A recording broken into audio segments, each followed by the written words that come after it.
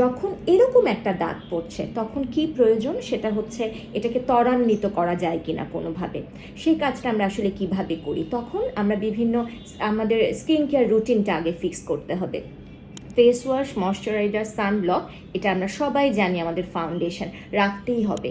Moisturisation আমাদের এই layer অফের ক্ষেত্রেও কিন্তু, এবং স্কিনটাকে ফাউন্ডেশনটা ঠিক করতে অনেক কাজে দিবে, এবং সানব্লক তো মাস্ট। এখন কি কি সেরাম আসতে পারে? সেরামগুলোর মধ্যে যেমন niacinamide, alpha arbutin, vitamin C, azelaic acid, most commonly এই কটা সেরামই যথেষ্ট। কোজিক অ্যাসিড ইনফ্যাক্ট খুব ভালো কাজ করবে, এবং বিভিন্ন কম্বিনেশানে এটা আসতে পারে।